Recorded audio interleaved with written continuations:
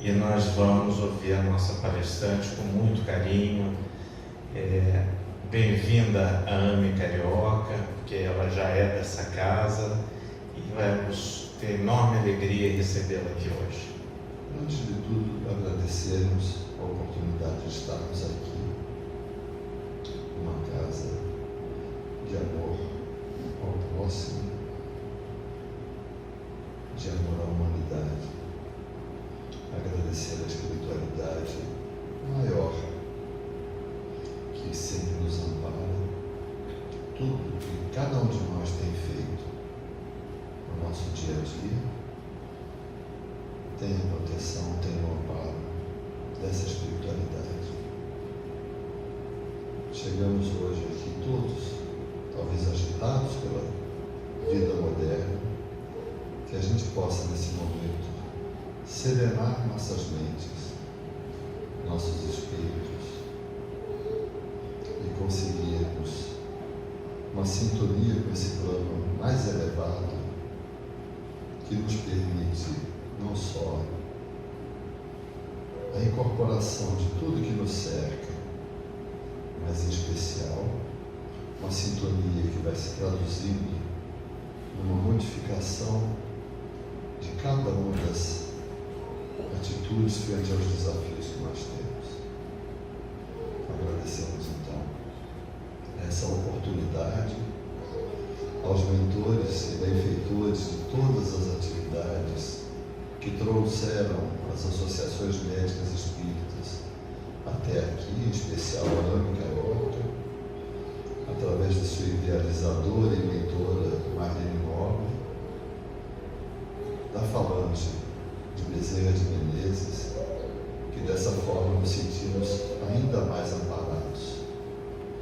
Com essa vibração positiva, queremos também estender a nossa querida Rosana, que fará a sua apresentação, e nada mais oportuno numa casa espírita para falarmos da atuação dos profissionais de saúde, do amor ao próximo, do cuidado, das demandas de espiritualidade que cada um de nós tem, que possamos então envolvê-la nesse ambiente da melhor vibração possível, amparando nas suas considerações, mas muito especialmente agradecendo a Deus a oportunidade de estarmos todos aqui reunidos e que possamos então juntos vibrar nesse momento de muito aprendizado, que assim possa ser, com a graça de Deus. Boa noite a todos, muito obrigada pela presença. Me sinto honrada, muito honrada pelo convite.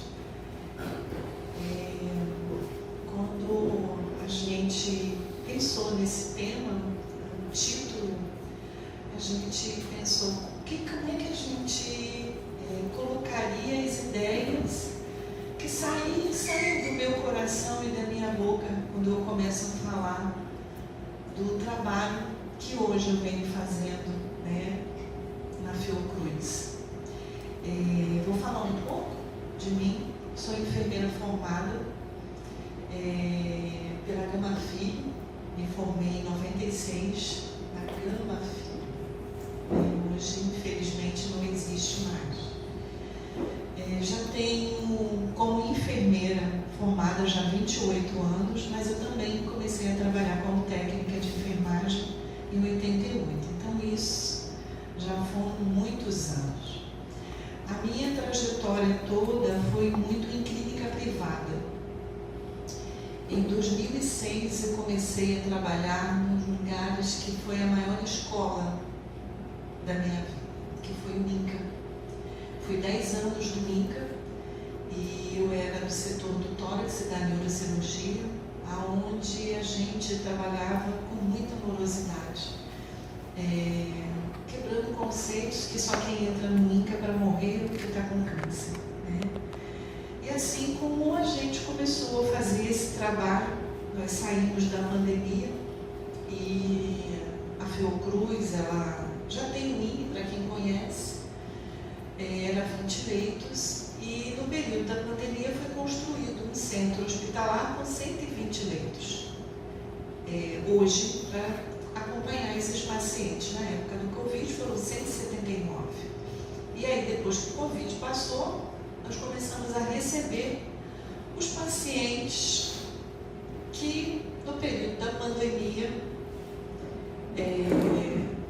vamos dizer que não foi abandonado, mas eles também deixaram de ser acompanhados, até porque o isolamento nos isolava e a gente só falava de Covid. Então, quando a gente fala de como podemos mudar o nosso olhar, eu mudo o meu a cada dia.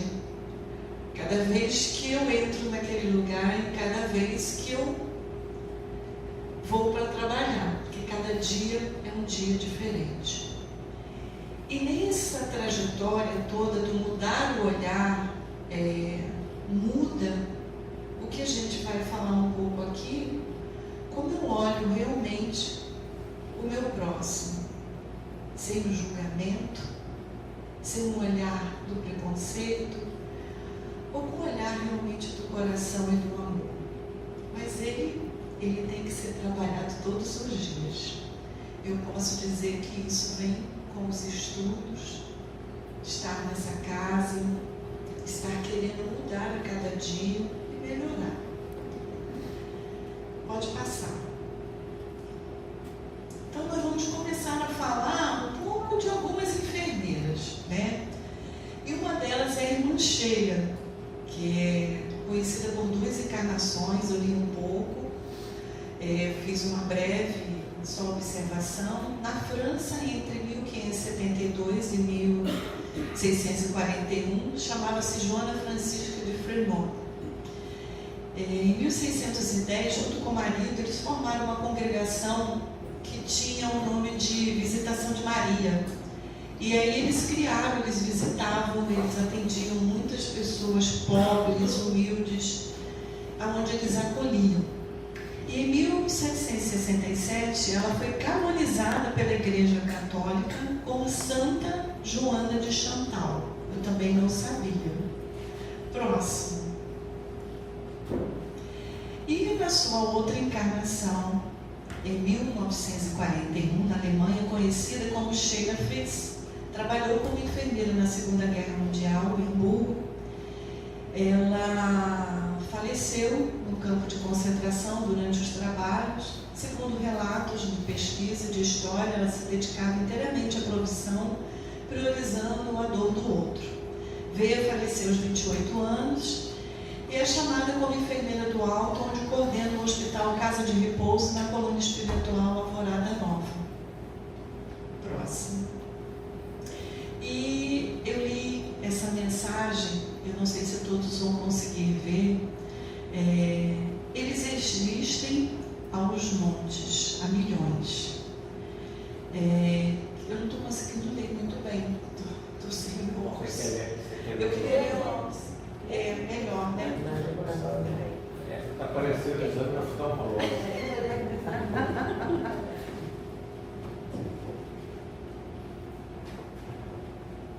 Desculpem. Deixa eu pegar o seu.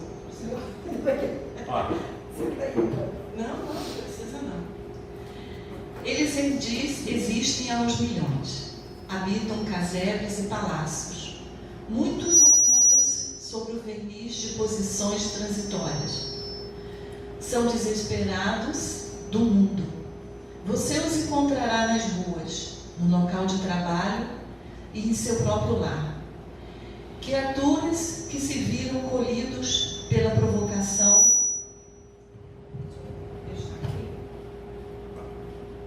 Criaturas que se viram colhidos pela provocação e perderam o ânimo e o equilíbrio. Este vil afeto partir para além, sem compreender que a vida continuará. Aquele que foi alcançado pela enfermidade de longo curso, outro se viu ante decepções impossível desacreditar de todos. Diante deles, não critique, não questione, ajude. Ouça com interesse ou se guie com amor. Cada espírito é um campo a ser cultivado. Semear a esperança é o dever de todo aquele que já encontrou a luz da verdade. Por certo, a misericórdia divina sabe como amparar os sofredores. Entretanto, Jesus não dispensa a colaboração de todos os aprendizes do bem, para amenizar o sofrimento e recuperar a esperança para quem chora. Fonte, livro A Mensagem do Dia, pelo Espírito de Mancheira, psicografada por Cleiton Black.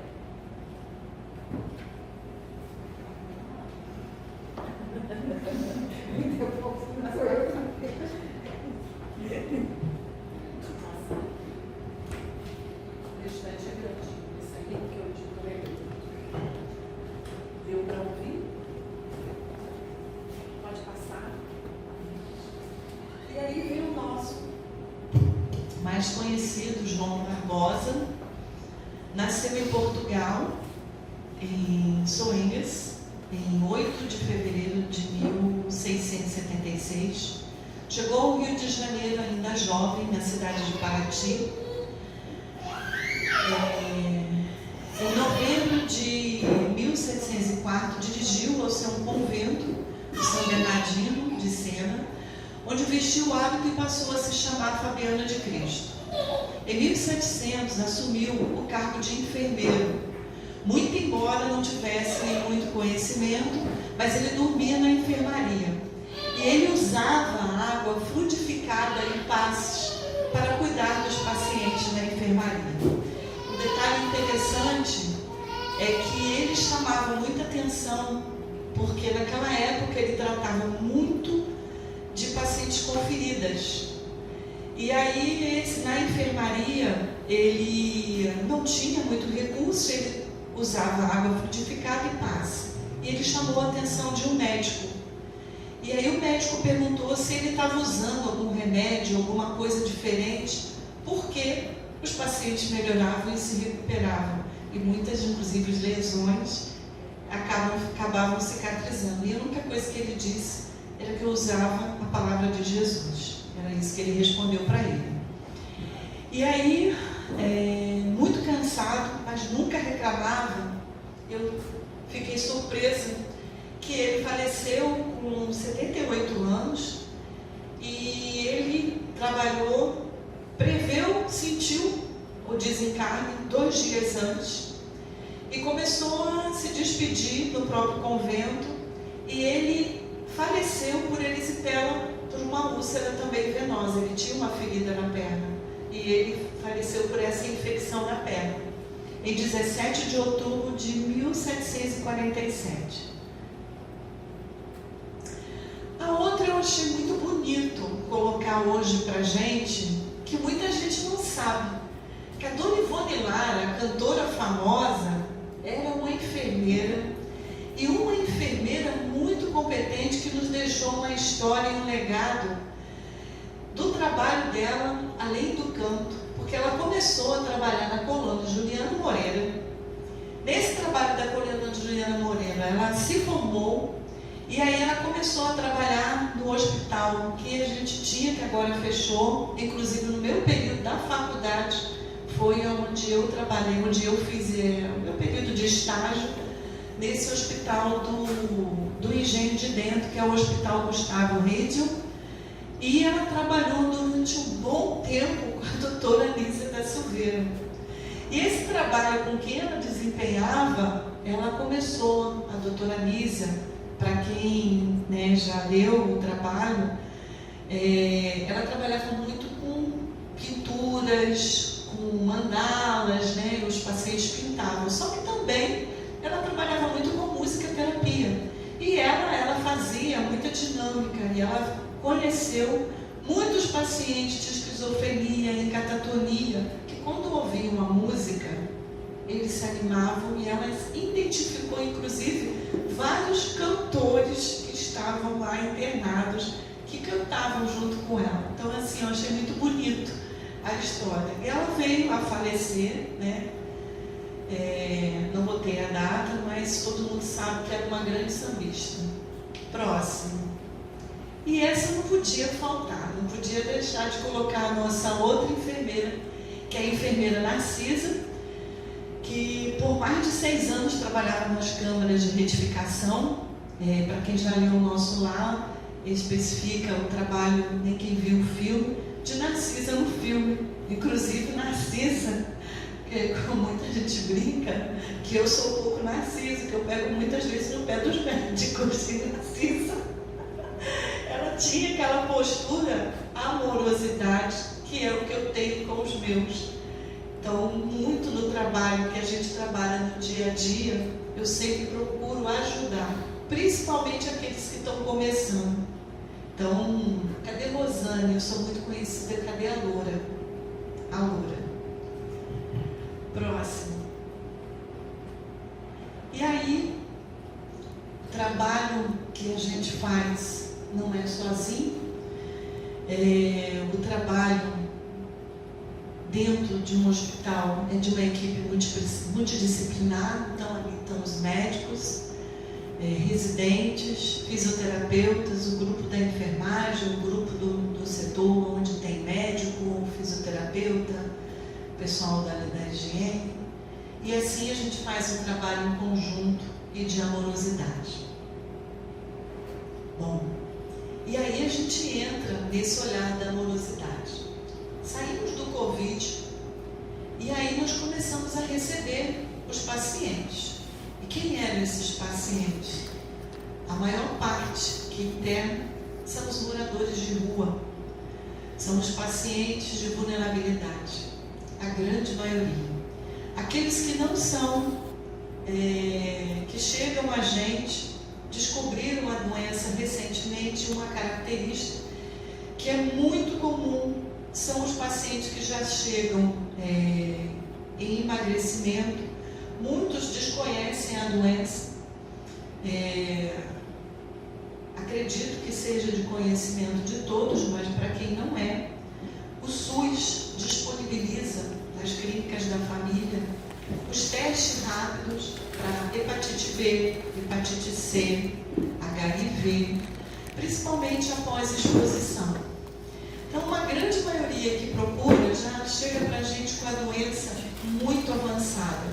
Muitos não sabem nem que tem o HIV. E aí acham que é um AVC, porque perdem a força motora e chegam para a gente com tuberculose, com a doença bastante avançada. E aí a gente começa a atender esses pacientes com as doenças mais frequentes, que é o da vulnerabilidade. A tuberculose, que é uma doença infecciosa transmitida por via aérea, que afeta os pulmões. As doenças sexualmente transmissíveis, que são pela cândida, o herpes genital e oral, hepatite B e hepatite C. O vírus do HIV. A sífilis, que tem 3 fases, que são a primária e a terciária, secundária e a terciária. E quando a gente recebe, a grande maioria já está no estágio terciário. E a esporotricose, que é muito mais comum do que a gente imagina. Então, o que acontece? Eles chegam para a gente com algumas doenças características, eu não coloquei, deixei para comentar, somente para conhecimento, não confundir, porque não é esse o objetivo. Mas eu vim, trabalhando na Fiocruz, eu vim conhecer 2 doenças muito características, que é a neurotoxoplasmose. A neurotoxoplasmose são comum nos pacientes imunodeprimidos. A toxoplasmose é um parasita, comuns em fezes de animais, que são dejetados na terra. Então, como se contamina? Com alimentos contaminados, carne mal cozida, com as fezes de gato. Por isso que quando a gente vai fazer o pré-natal, Bárbara, com certeza a médica pediu um teste de toxoplasmose. Por quê? Porque as gestantes tem esse risco, principalmente se pergunta se tem gato, se tem pombo, porque é uma doença muito comum. Eu, convivendo em clínica privada, não tinha muito essa vivência da realidade. Então, como que eles se contaminam? Porque eles catam alimento na rua, eles dormem na rua. Quando a gente passa ali pela Leopoldo Bulhões, que é um dos caminhos que a gente entra, todos os dias, o pessoal da limpeza cata todos os lixos, todos os dias.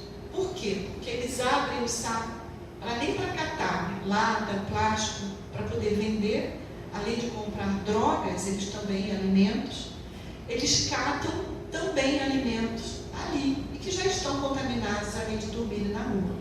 Então, quando eles chegam, eles já chegam com a doença muito avançada e um estado de degradação muito grande. Pode passar? E aí a tuberculose, ela tem hoje uma taxa muito grande. No período que eu trabalhei, eu fui 5 anos na clínica da família aqui na Barra.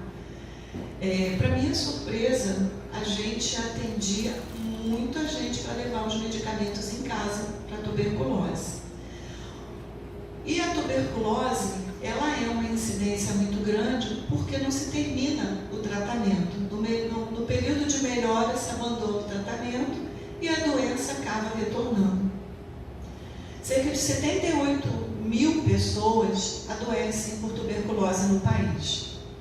E aí também, depois da pandemia, a taxa dos casos de HIV saltou para 198% de casos de contaminação.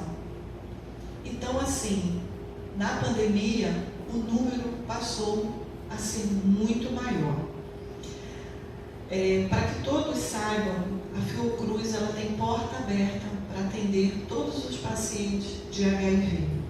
Quem são os pacientes que são acompanhados? São os de início de tratamento. Aqueles que são já acompanhados, que pegaram medicamento, eles não podem acompanhar, porque o nosso número de atendimento é muito alto. Quando a gente tem um paciente que interna e que ele foi diagnosticado, mas que ele ainda está numa fase inicial, a gente, em alguns casos, a gente ainda consegue incluir para que seja acompanhado lá. Pode passar? E aí a gente vem com essa cena. Como é que a gente pode mudar esse olhar? O olhar da amorosidade, porque eu fiz essa pergunta para a equipe. Quando a gente começou a ver, era paciente com tornozeleira eletrônica, eram os que vinham, às vezes saindo recentemente de custódia, eram os moradores de rua, eram os usuários de droga e as trans, a nossa realidade que a gente vive. Na nossa apresentação, quando a gente vai apresentar alguma palestra na Fiocruz, a gente se apresenta assim. Meu nome é Rosane, sou branca, estou vestida com uma camisa branca, com uma calça jeans, tenho cabelo louro, sou filha de Áurea da Costa Guimarães e José Antônio Ferreira Guimarães. Meu sexo é feminino. Quando a gente se apresenta, são bom dia, boa tarde, todos e todas. Por quê? Não há preconceito. A realidade nossa é trabalhar com médicos trans, homofóbicos, tudo. Essa é a nossa realidade. São travestis. O que a gente tem que respeitar? O nome do gênero. E isso é muito respeitado. E a gente teve várias situações. Por quê? Porque quando a gente começou a trabalhar, a realidade de um hospital de 20 leitos que desceu com uma equipe que era pequena, ela passou a ser muito maior. Então quem era? Era uma Rosane e era muita gente que trabalhava em hospitais privados, que não tem a vivência comum de que a gente via. Então quando que a gente começou a mudar o olhar? Quando eu comecei a falar, vocês viram como a gente mudou o tratamento com os nossos pacientes? São moradores de rua e alguns se afeiçoam a gente, aí querem oferecer o leite que pega lá, pode deixar quando você quiser. Por quê? Infelizmente, os roubos que eles vendem, que vendem dentro da própria comunidade. E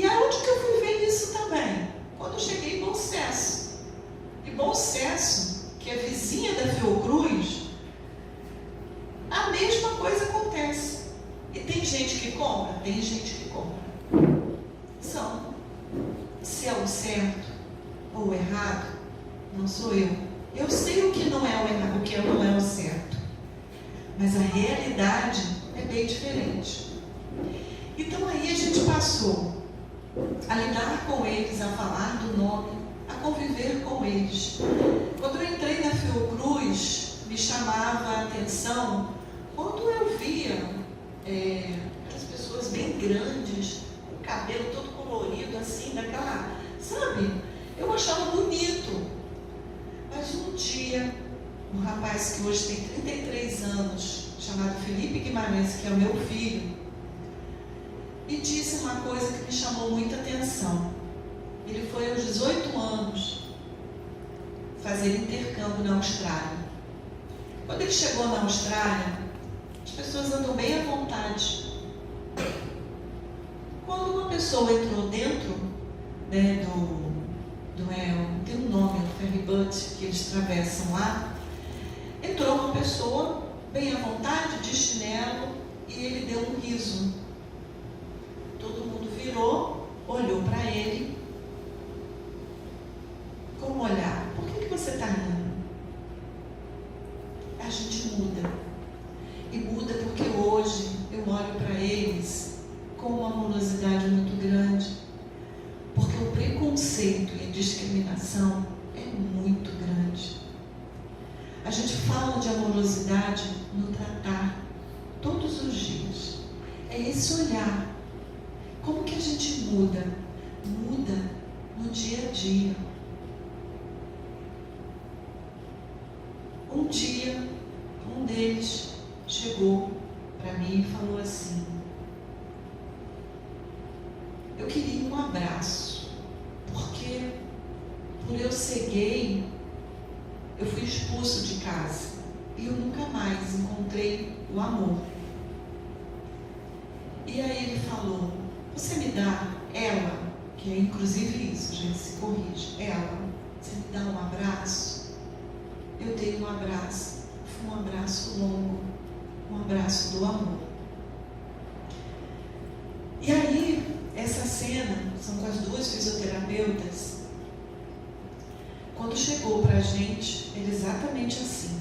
Como é que funciona esse fluxo? Essa moça que está aí, sentadinha aí, o nome dela é Amanda, ela é psicóloga, trabalhou na Fiocruz e foi trabalhar nos médicos de rua. Então eles acolhem esses pacientes e levam para a gente. Muitas das vezes a gente tem que colocar a sonda no nariz para poder alimentar, para ganhar peso e voltar a ter força para poder andar.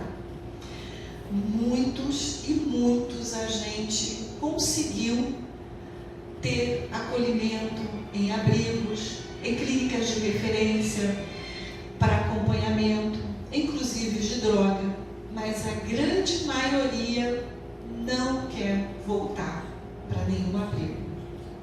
Eles não gostam do abrigo porque muitos relatam estupro, violência, porque eles têm uma hora que a gente não sabia para acordar. Quando eles vão para um abrigo, eles têm que acordar às 6 horas da manhã. E eles já têm que sair desse abrigo e voltar para a rua. E muitos não querem. A gente consegue, mas a grande maioria não quer voltar. Muitos estão na rua desde 10 anos. Eu vou mostrar depois de um aí recentemente.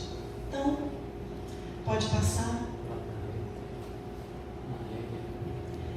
Como que a gente vai mudando isso? Com a musicoterapia, com amor-terapia, abraço-terapia, escutoterapia. Quando a gente para ouvi-los, quando a gente entra, quando eles estão agitados, que eles começam a fazer abstinência por conta da droga, e aí eles querem sair para a alta revelia. Esse é o meu trabalho, que hoje venho já amadurecendo e colhendo para fazer o meu mestrado. As altas revelias dos pacientes. O que a gente começa e pode mudar? Estamos começando. as terapias das pinturas. A gente dá desenho para eles pintarem, dá um gibi, dá uma mandala para eles poderem conseguir pintar. E agora, há 3 meses, começamos a fazer um reiki dentro do centro hospitalar com os funcionários. Número pequeno ainda, mas já autorizado pelo diretor médico para que a gente estenda isso trabalhando de forma, lá também tem reikianos, lá tem, faz curso de reiki lá, tem uma reikiana, Asfoque, né? E porque o Asfoque é um centro da Fiocruz que trabalha muito com a espiritualidade. Então tem médicos, psicólogos. Recentemente teve um evento e eu assisti uma palestra que eu me emocionei tanto, de um médico da UF, falando do trabalho que hoje tem crescido cada vez mais, e na UF tem para os médicos esse lado, o olhar da espiritualidade. E ele vem mudando mesmo. Hoje, inclusive, a gente vê isso dentro do trabalho. Então, as visitas estendidas, que a gente respeita os isolamentos, por que a gente não libera? Não é um hospital comum como os outros. São leitos privativos com pressão negativa. O que é essa pressão negativa? Todo mundo já ouviu falar do filtro EPA? Que, poxa, então, por quê? Porque a gente tem um número muito grande de pacientes com tuberculose, tem pacientes com outras doenças que acabam sendo pesquisa, né? São de malária, são pacientes que chegam para a gente ainda de longe para investigações. Então a gente não pode deixar esse paciente, inclusive os de herpes zoster, em contato com família. Monkeypox, que a gente tem os pacientes de monkeypox, que é outra que quem recebe é a Fiocruz. Então esse paciente ele fica em isolamento. Mas todo paciente ele pode acompanhar e ficar com a família, esse acolhimento da família a gente permite. Então, o próximo. Podemos mudar o nosso olhar, e eu coloquei algumas frases que foram me vindo desde que veio o convite, para que a gente pudesse refletir e depois a gente conversar um pouquinho.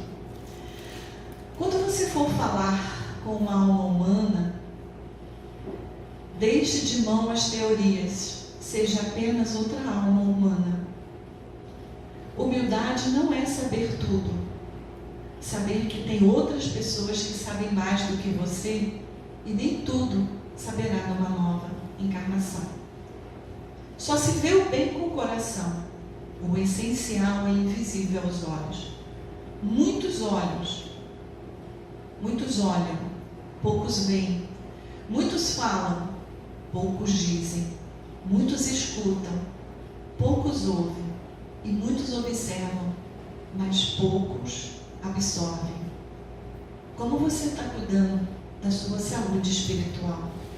A gente fala tanto da saúde física, e que é muito bom a gente cuidar do nosso alimento, mas como é que a gente está cuidando da nossa saúde mental? Como que a gente está acordando? A gente está agradecendo por mais um dia? Antes de colocar o pé no chão, a gente está elevando o nosso pensamento? A gente está olhando um pouco mais para a gente e se amando e se gostando? A gente está exercitando a respiração, porque perfeito não somos, estamos aqui aprendendo. Aqui é a nossa escola, e a nossa escola é um com o outro, na convivência, no dia a dia, no trabalho, e principalmente em casa. Essa então é a nossa escola, a convivência. Vamos nos perder nos nossos atritos? Sim. Mas a gente precisa respirar. Respira e volta. E volta àquele momento da prece. Quando não dá para fazer, esquece a prece montada. Fala, Senhor, me ajuda. E Ele te ouve. Acredita, Ele te ouve. Pode passar. Vamos refletir como eu estou cuidando do meu olhar. Clica na tela. Legal. Não, passou, volta. É um vídeo que aí tem mouse não, né? Então, vê se você consegue. Volta a tela nesse aí.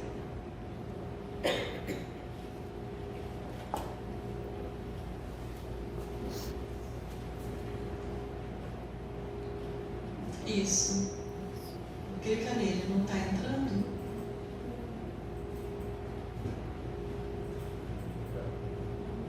Não está entrando.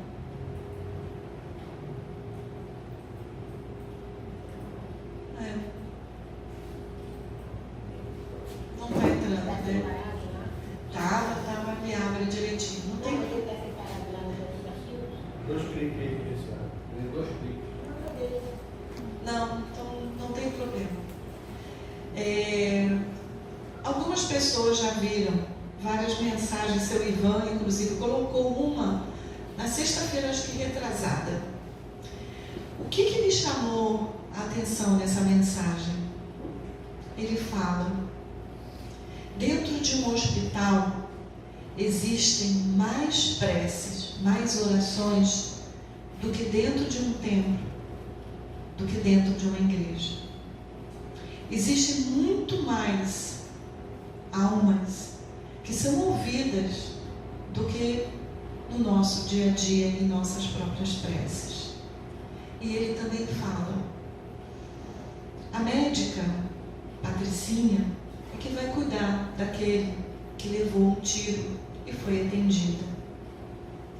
Aquele policial que atirou em um bandido vai ocupar o mesmo leito de hospital junto com ele. Aquele médico trans, aquele médico que é gay, ele também vai cuidar daquele que também não quer ser atendido por ele, mas ele vai cuidar. Então eu achei muito bonito, porque o olhar, ele é individual. E nem todo mundo tem que forçar isso, mas todo mundo tem que exercitar. Por quê? Porque a gente fala do amor incondicional, do amor divino. É aquele que a gente todos os dias procura exercitar em nós mesmos. Pode passar, Maria.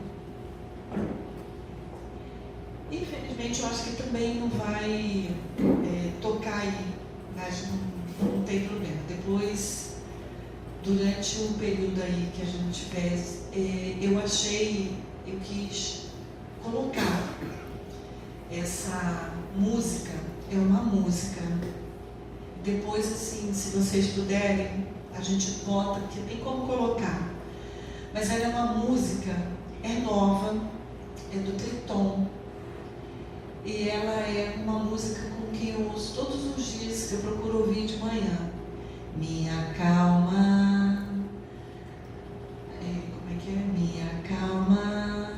Me Imagina uma manhã melhor. Fala comigo, vai? Eu sei mesmo. Me acalma. Imaginar uma manhã melhor. Acreditar que tudo é passageiro. Na certeza Vai que vai vir vir o melhor. Depois a gente vai botar. É linda, linda, linda. E aí, por que eu queria colocar essa foto? Porque é assim que eles chegam. Essa cena, ela da enfermeira desembaraçando o cabelo, da Dominique. O nome dele é Glauber, mas ele quer ser chamado por Dominique. É onde está a foto com a enfermeira desembaraçando o cabelo. Depois que ela desembaraçou o cabelo dele todinho, ele falou: agora pode cortar. Aí os meninos foram e cortaram. E assim eles chegam, eles se transformam. Agora, o Alessandro, esse sim me emociona de falar. Ele chegou, os médicos de rua, trouxeram ele numa cadeira de roda, sem as rodas da frente, porque ele chegou com um quadro infeccioso, porque ele tinha um abscesso embaixo do braço. Ele já chegou dizendo: me leva daqui, eu não vou ficar aqui, eu não vou ficar. Mas isso, aos gritos, eu não vou ficar aqui. E aí eu quero ir embora, e respirando mal, emagrecido, com quadro de sepsis. E aí a gente queria drenar o abscesso, ele não deixou o médico drenar, eu também não vou drenar. Foi embora. E aí, em resumo, o médico, então ele tem que ir embora. Eu falei: não vai embora, não tem como ele ir embora. Ele tem um lado hemiplégico e ele é cadeirante. E como que ele ia empurrar a cadeira? E quem ia empurrar a cadeira? E como que ele ia empurrar se a cadeira não tinha roda? E aí eu cheguei no quarto, todo mundo, eu virei para ele: você não vai embora. Sabe por que você não vai embora? Porque você não tem quem empurre a cadeira, você não tem cadeira de roda e você não tem condições. Ele engoliu com aquele quadrado, né, com cara de choro. E eu vou fazer o quê? Eu falei: você vai se cuidar. Resumo, ele acabou piorando, ficou uma semana no CTI e depois ele voltou para a gente, foi entubado, voltou. Quando ele melhorou, que ele se recuperou, nesse intervalo, eu dei um jeito de arrumar a cadeira dele, arrumamos a cadeira, colocamos a roda, depois que ele se estabilizou, que ele ficou bem, colocamos a roupa, e aí ele foi embora. Ele: Loura, foi embora, se despede de mim. Eu falei assim: nem sempre eu estou preparada, você vai. Vou te levar até. E ele foi empurrando. E aí, no dia 1º de novembro, foi véspera do feriado do dia 2, eu no engarrafamento, na linha vermelha, para entrando de em Caxias, voltando para a linha amarela. Naquele engarrafamento, eu olhei uma pessoa na cadeira de rodas. E aí, quando eu olhei, eu falei assim: ele bem, com o cabelo maior. A gente olhou um para o outro. Eu falei: eu não acredito. Você está bem? Estou bem. Estou muito bem. A gente se deu a mão, todo mundo buzinando. Eu: espera. Aí ficaram quietinhos, acreditem, esperaram. A gente se soltou, me despedi dele, e ele vendendo a bala dele e o biscoito que ele faz desde 10 anos de idade. E as histórias são muitas. São que levam um tiro, o pai e a mãe morrem, são abandonados e crescem por adoção, ou são acolhidos na própria rua. São menos histórias. As histórias que a gente vê em jornal, a história de que a gente vê, mas a história que eu passei a conviver e passei a mudar. Posso dizer que meu olhar, ele mudou um pouco. Mudou com os estudos, mudou estando nessa casa, vindo trabalhar com a caridade. Pouco, que eu acho que é muito pouco. Aprendo todos os dias e é de uma alegria tão grande estar aqui hoje, reunido com a minha família MAP. Que essa é a verdade. A gente cria famílias de amigos, que não são só aqueles que são os melhores que a gente troca figurinha, mas são os amigos com que a gente convive todos os dias e que a gente divide. E aí eu acho que eu também não vou conseguir botar o vídeo próximo. Escutar e compreender bem isso. Não é o que entra na boca que macula o homem. O que sai da boca do homem é o que macula. O que sai da boca do homem procede do coração. E o que torna impuro o homem. Evangelho segundo o Espiritismo, do capítulo 8. Eu tirei essa mensagem do livro que a gente já estudou, Reflexão Reforma Íntima. Esse é um livro que ele é de cabeceira. Todo dia, quando você lê, você aprende. Quem não leu, né? A gente leu esse livro no grupo de estudos e eu, todos os dias que eu posso, eu leio o livro. Pego uma mensagem aleatória e leio. Próximo. Eu não vou conseguir. Tem um vídeo muito bonito, se a gente conseguir, eu não sei, eu botei em PowerPoint, eu não sei se minimizando a gente consegue. A Rejane foi paciente da Fiocruz desde 2001. Rejane era usuária de crack. Rejane morava na rua, tem uma história muito complicada na família. Tem 5 filhos, mais 2 que conviviam com ela. Rejane usou crack por várias vezes, internou e quando tinha alta voltava para a rua. Por várias vezes Rejane internava, ficava em ventilação, conseguia vencer. Na penúltima internação da Rejane, a Rejane internou e a gente acabou, nesse período todo, se afeiçoando muito. Ela, quando acordava, que saía do tubo, eu quero ficar com a Lora, quero ir com a Lora. E aí ela ia para o setor que a gente se divide em leitos, lá por blocos, meu era o B. E ela ia. E aí ela já estava há 8 meses na clínica de reabilitação. É por isso que ela engordou bastante. E aí, na véspera da última, ela me liga, porque a filha ficou com o meu celular e ela... Eu queria muito ver você. Eu estava em bom sucesso e eu falei para ela, fica calma, eu vou te visitar aí, eu vou arrumar um jeito. Estou com saudade. Quando eu cheguei na segunda, a Rejane tinha internado domingo à noite em franca insuficiência respiratória, foi entubada. Resumindo, Rejane desencarnou dia 6 de outubro. E o que a levou, que é isso que eu queria encerrar, é o que eles levam: o amor. Muitos não tiveram um abraço nem uma palavra de carinho. E é isso.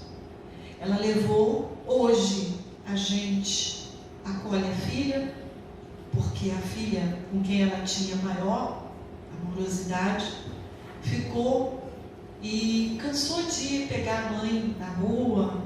Era uma pessoa muito amada, né? Muito amada até dos médicos de rua, todo mundo abrigava. Numa das reuniões que a gente acolheu, nós fizemos uma reunião e foi muita emoção, eles contando que levantavam a tenda que eles dormiam para poder dar os remédios, os retrovirais que ela tomava, porque ela tinha tuberculose também e HIV. E aí ela nos deixou e levou o nosso amor, porque é isso, é o amor. O pouco que eles levam é o que a gente pode dar: o abraço, o amor, a amorosidade. É isso. Obrigada pela atenção e por essa oportunidade de falar desse amor ao nosso próximo e ao próximo daqueles que a gente passa, que não é só a comida, é muito mais do que isso. Porque antes eu passava na rua e via, dava, né? Mas é diferente quando eles vêm e que eles chegam daquele jeito. E aí eles se afeiçoam, eles nos abraçam, me chamam de Lourão. Não, já estou indo. É isso. Obrigada. Afinal, isso não é uma montagem. Essa foto foi feita depois de uma chuva de manhã, em cima do bloco do Centro Hospitalar da Fiocruz. Esse arco-íris que circunda esse lugar.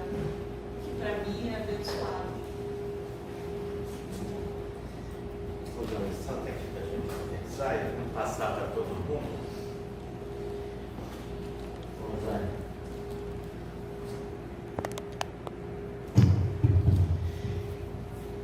O doutor Bezerra de Menezes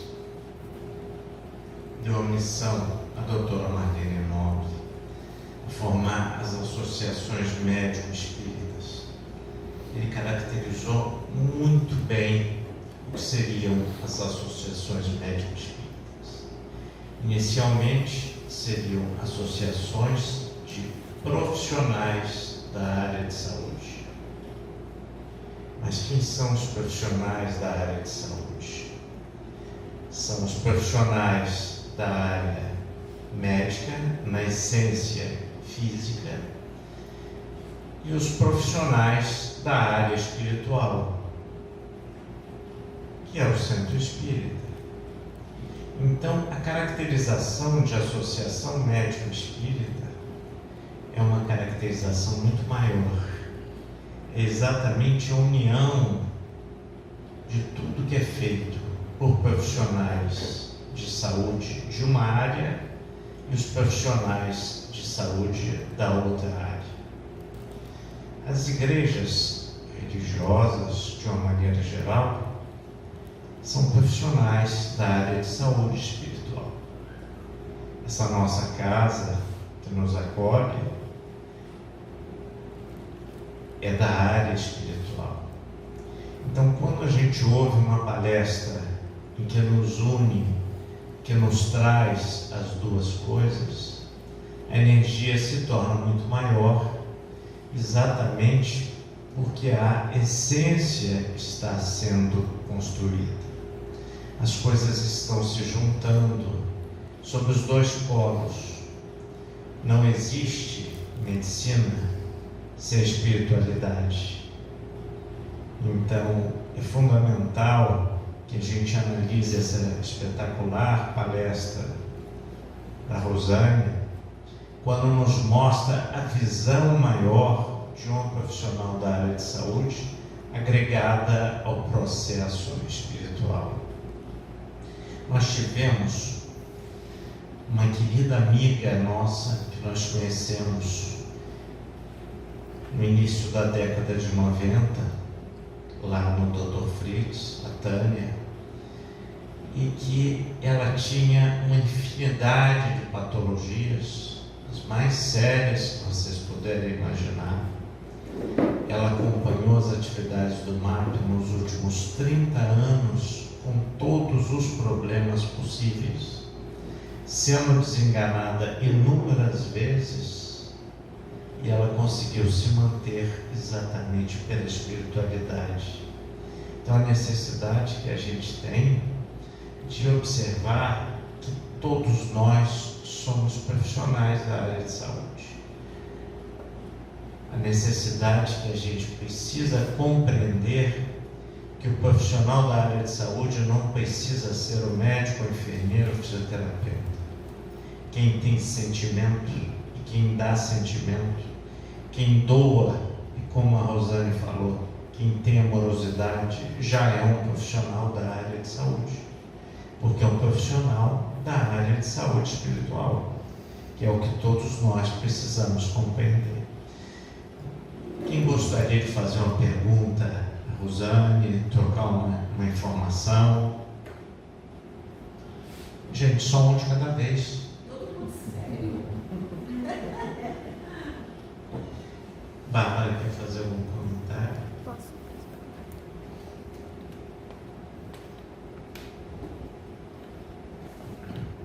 Vamos agradecer pela palestra.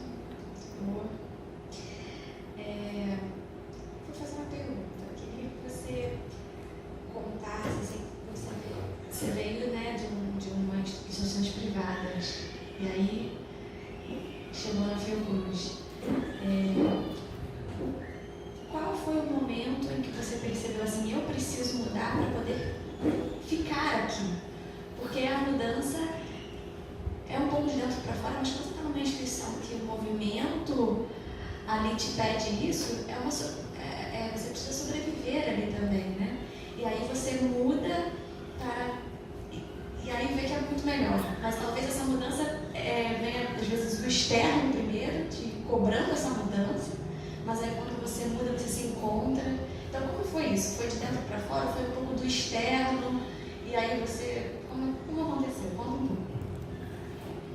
Na verdade, a minha essência toda foi em um hospital privado. A minha história, inclusive, profissional, foi de uma médica, dona, né, da Clínica Bambina e Emergência de Botafogo.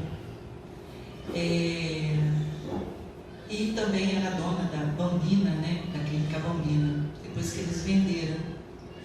Eu venho dessa essência, porque eu vinha de privado. E ela quem pagou a minha faculdade, porque eu não tinha. Na época era grana, filho. E a gente, ela escolheu, ela sempre teve um olhar de que eu era uma enfermeira, além, né, muito educada, muito fina, mas uma pessoa envolvida demais com o trabalho. E dentro de um hospital privado, a gente é elegante, a gente né? Então, assim, não sou uma mulher feia, mas isso também não é também muito bom quando se pensa ser bela. Você tem que saber até trabalhar a beleza, porque as pessoas se chocam. E o que aconteceu comigo no olhar, quando eu comecei a trabalhar no primeiro, não foi só a Fiocruz, foi no INCA. No INCA o olhar já começou a mudar. Eu era gerente de enfermagem no hospital e saía do Panamá para botar o pijama de centro cirúrgico, que é o que a gente trabalhava. Então, quando eu entrava, eu saía da minha linha de cirurgia plástica, trabalhando com todo o pessoal da cirurgia plástica, eu ia para um outro mundo com a outra realidade. Eu sempre amei ser enfermeira. Todos os médicos, muitos deles, mas eu sempre fui uma enfermeira e dedicada com olhar. E todos que sempre trabalham, eu sou bebê? Não, tem que trazer o bebê para cá, tadinho. O bebê é Deus que está botando a boca assim no teu nome. Não, que vai trazer para cá. E aí, respondendo uma pergunta, não tive dificuldade, porque eu sempre soube tirar o lado para ser a séria, andar com sapato alto. E também, por que eu estou de sapato alto hoje? Porque eu quis vir bonita, né? Eu vim palestrar, mas quando eu venho aqui para trabalhar no MAP, eu venho com meu tênis, eu venho com a minha calça normal. Tem isso, eu acho que não é o que você faz, é o que você é no seu dia a dia. Se eu tiver que comer, não gosto de caviar, mas se eu tiver que ir para um restaurante elegante, como já fui, eu não conhecia trufa negra, e aí quando comi trufa negra lá em Cancún, fiquei maravilhada e é muito gostoso, mas eu, no meu dia a dia, eu levo marmita para comer na Fiocruz. Então a gente que faz a diferença do que a gente quer mesmo, o olhar. Então o meu olhar, na pergunta dela, eu acho que é tudo um conjunto. Estudar, no seu aprimoramento espiritual, você começar a querer mudar. E eu tenho certeza que todos os dias eu peço a Deus para me mostrar o que eu tenho que melhorar, e não o que eu tenho de melhor. E o que eu tenho de melhor eu já sei. Agora, o que eu não tenho de melhor, isso eu não vejo. E eu peço a Ele que me mostre, para que eu possa melhorar todos os dias. É isso. Acho que andam com a gente a vaidade, o orgulho, né? Então essa a gente tem que tomar muito cuidado. Quero fazer uma pergunta. Suzane, você como trabalhadora da Casa do Mato, né, voluntária, como médium, né? Como você vê seu assistindo do outro lado da vida? Com as suas dores, com as suas aflições, seus medos, suas culpas.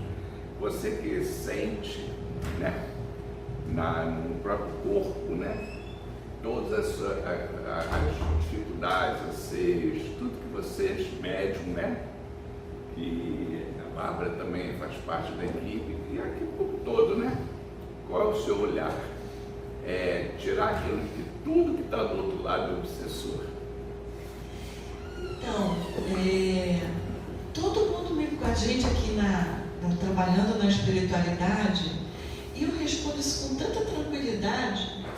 Todo mundo me pergunta, e olha, que eu sempre fui de terapia intensiva, né? E a gente trabalha, né, dentro de terapia intensiva, é terapia intensiva. Mas lá nós temos uma realidade de agitação muito grande, né? Às vezes quando você entra, eu não sinto, eu vejo agitação. Eu vou ser muito sincera. Quando eu saio do meu trabalho, tanto de um quanto do outro, eu não vejo que eu venho carregando um monte de irmão comigo, não. Primeiro que eu não vejo. Se eles vêm comigo, eles estão vindo para poder ser acompanhados e ser tratados. Eu acho que quando o meu pensamento e o que eu não trabalho diante de tudo que eu estudo, do que eu aprendo, com a prece, que eu tenho que, sou reikiana, que eu tenho que me limpar, tenho que levantar da cama, me proteger, aí sim, quando eu não faço isso, que eu levanto correndo, e que eu vou trabalhar, e que eu vou na minha correria, e que eu volto a tonelada nas costas, eu chego agitada, todo mundo já vê, e a gente trabalha. Então assim, o outro lado é muito parecido, sabe, João? Porque a gente conhece pelo filme, eu não vejo, mas eles são assim mesmo, pele e osso. E ainda vou dizer o que tem de mais interessante. Eu faço isso encarnada. A Rose Clay é psicóloga que trabalha comigo, e estou assim honrada. E ela me ajudou muito também nesse processo, porque eles nos ajudavam muito, eles agitavam, e a gente entrava na agitação deles. E aí, ela cansou de sinalizar, não se envolvam. Aí um outro psicólogo falou assim, porque eles veem você como mãe. Eu falei, que mãe? Mãe coisa nenhuma, eu sou enfermeira, não tem nada de mãe. Não tem nada de mãe, eu sou enfermeira. E deve me ver como enfermeira, não sou mãe não. Por quê? Porque quando eles chegam, a gente já começou a perceber, e é igualzinho o filme. Eles quando chegam, eles não querem interação com ninguém, eles querem escuro. Eles não deixam acender a luz, e o mais interessante, eles se cobrem, eles ficam cobertos o tempo inteiro. Aí é que a gente chega, aí não é só com a prece não. Vamos acordar? Vamos tomar banho? Vamos lá, acende a luz? Não quer sim, vamos tomar banho. Então, João, a diferença que talvez, no desprendimento, eu espero que eu esteja saindo para ajudar esses irmãos. E como você me fez essa pergunta, eu não comentei com ninguém. No dia do desencarne da Rejane, nós estávamos no nosso trabalho e eu não sabia que ela tinha falecido. Cláudia ainda olhou para mim assim, tipo assim, sério, que irmã é essa? Ela era tracostomizada, e eu senti. Quando voltei, eu falei assim, meu Deus, pensei comigo, parece ser a Rejane. Quando eu cheguei em casa, eu vi a mensagem da filha, me perguntando se eu ia estar no outro dia de manhã. E aí ela falou, eu falei, não, no sábado eu não trabalho. Não, mas eu também não vou voltar mais lá, minha mãe faleceu. Aí foi que... E aí eu respirei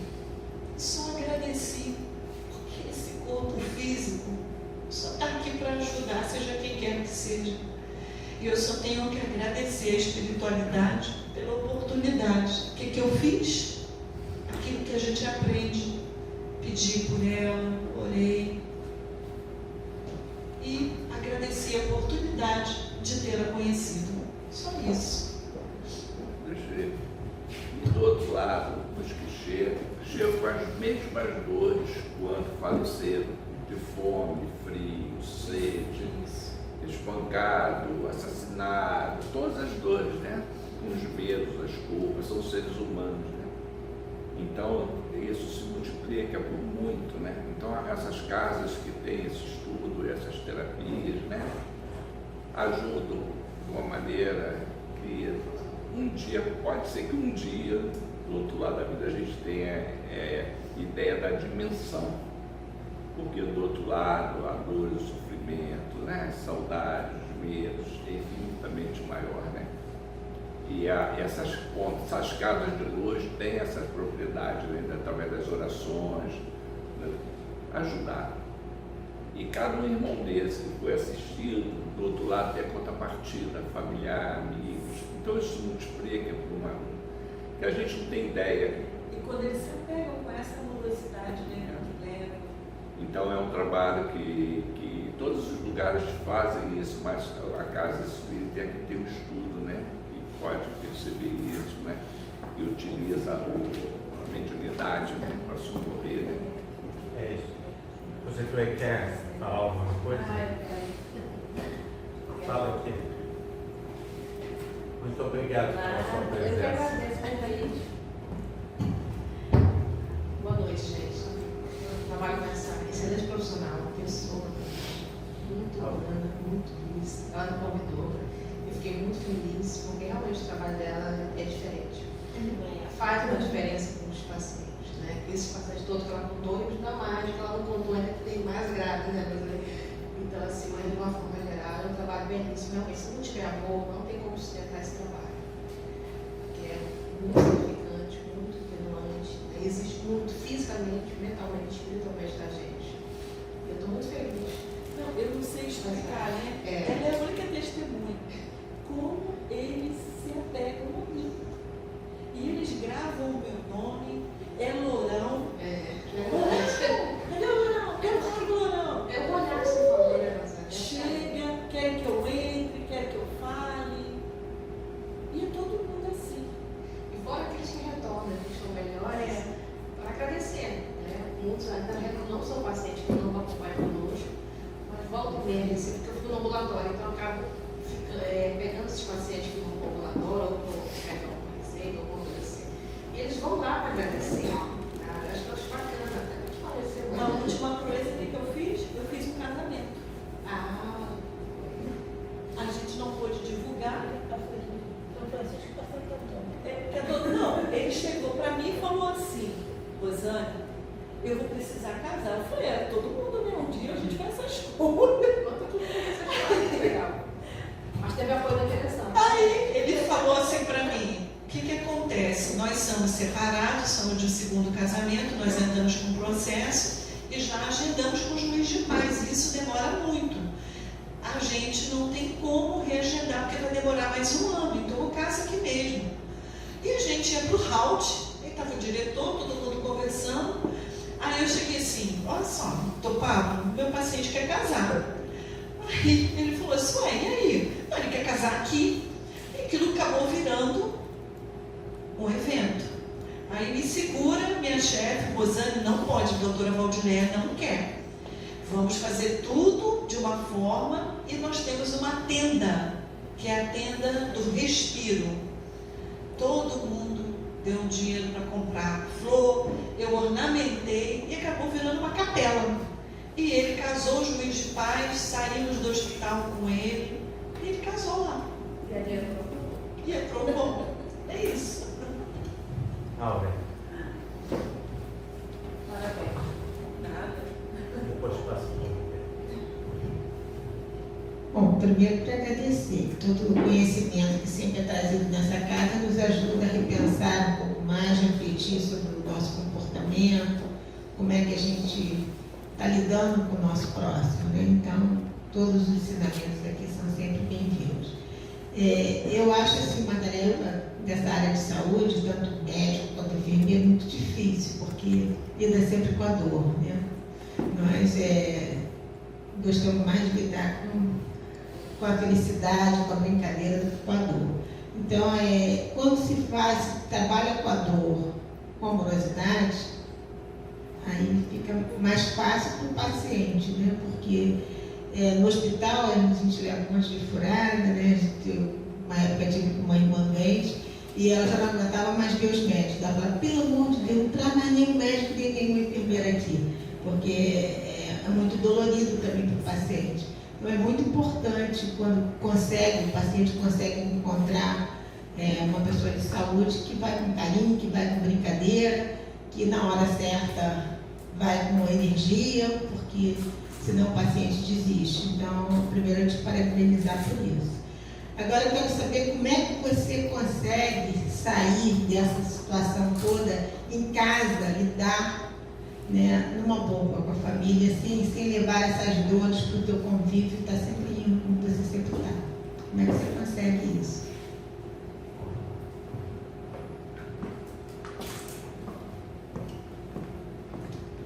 Então, eu acho que hoje foi uma construção. Nem todo dia eu estou rindo, nem todo dia eu estou bem, não. Mas tem uma característica minha, não sei se variando, né? Mas eu sempre amo sorrir, eu amo a vida. Eu sou uma pessoa que amo o que eu faço. Eu acho que todos nós recebemos um dom. Todos nós temos um dom. É só a gente acordar e perceber qual é o nosso dom. E quando você ama o que você faz, tudo fica melhor, fica mais leve. Eu já tive lugares, aliás, um lugar, quando eu vi que eu não estava mais bem e que era hora de eu sair. Porque quando você começa a fazer uma coisa em que você não coloca amor, não é bom. Então, quando eu chego em casa, eu trabalho em dois. Eu trabalho em Bom Sucesso, trabalho no plantão de 24 horas, uma vez por semana, e sou rotina, né, na Fiocruz. A gente tem um trabalho dinâmico, que é muito em pesquisa, estudo, é uma outra realidade. Quando eu vou para Bom Sucesso, já saio da roupinha para ir para o pijaminha de cirurgia. Bom Sucesso é uma outra realidade. Mas é mais leve, eu acho que o tempo nos ensina. Não foi sempre assim. Eu dividi muito minha época de Covid. Eu acho que esse pós-Covid não preparou todo mundo. Mas o que ele preparou, ele deixou muita gente com o olhar da vida. Porque eu trabalhava em 2 hospitais de Covid. Nos servidores, eu era do CTI dos servidores e saía para a Fiocruz. E lá era uma coisa muito dinâmica. Mas a fase mais assim que eu gravei, que foi a que me chamou a atenção, a que mostrava na televisão, porque o nosso hospital ele é horizontal, né? não é agrupado. E aí quando começou a entrar, que eu vi as marcas passando, que eu vi assim passando por mim, eram os jovens, os 20, os 18, os 25. E aí quando eu olhava o rostinho deles nas enfermarias, aí aquilo sim, né? Então nem todo dia a gente está firme, não. Aí eu falei, eu preciso fazer alguma coisa. Aí eu ganhei do meu filho, na época, um livro que é um livro de pintura, que você pinta. Eu saía brincando aquilo, fiz xerox e saí dando para os pacientes pintar. E aí todo mundo começou a dar dias de cera. Mas muitos a gente via, né, não conseguindo respirar aí. Então foi uma fase. Eu acho, sabe algo, que respondendo a sua pergunta, hoje eu consigo lidar melhor com isso, com mais leveza, porque esse olhar e as minhas atitudes começaram a mudar. Eu acho que a gente tem dias que a gente não está bem, tem dias que a gente não quer falar, tem dias que a gente quer ficar em silêncio. Tem dias que a gente só quer ouvir o nosso silêncio. Mas uma coisa que eu levo para a minha vida: chorar é só um dia. No outro dia, já é outro dia. Deus te deu a noite para que você dormisse e acordasse de um outro jeito renovado. Então é assim, eu posso chorar um dia, posso não estar bem no outro, temos os nossos problemas dentro com os próprios profissionais e as disputas, mas quando você coloca uma coisa que eu tenho exercitado muito, o pensamento, acredite. Quer ver uma coisa? Vou provocar? Eu acredito e eu creio que o meu Botafogo vai ser campeão do Brasileirão. Depois disso não tem mais nada. Eu creio. Eu não.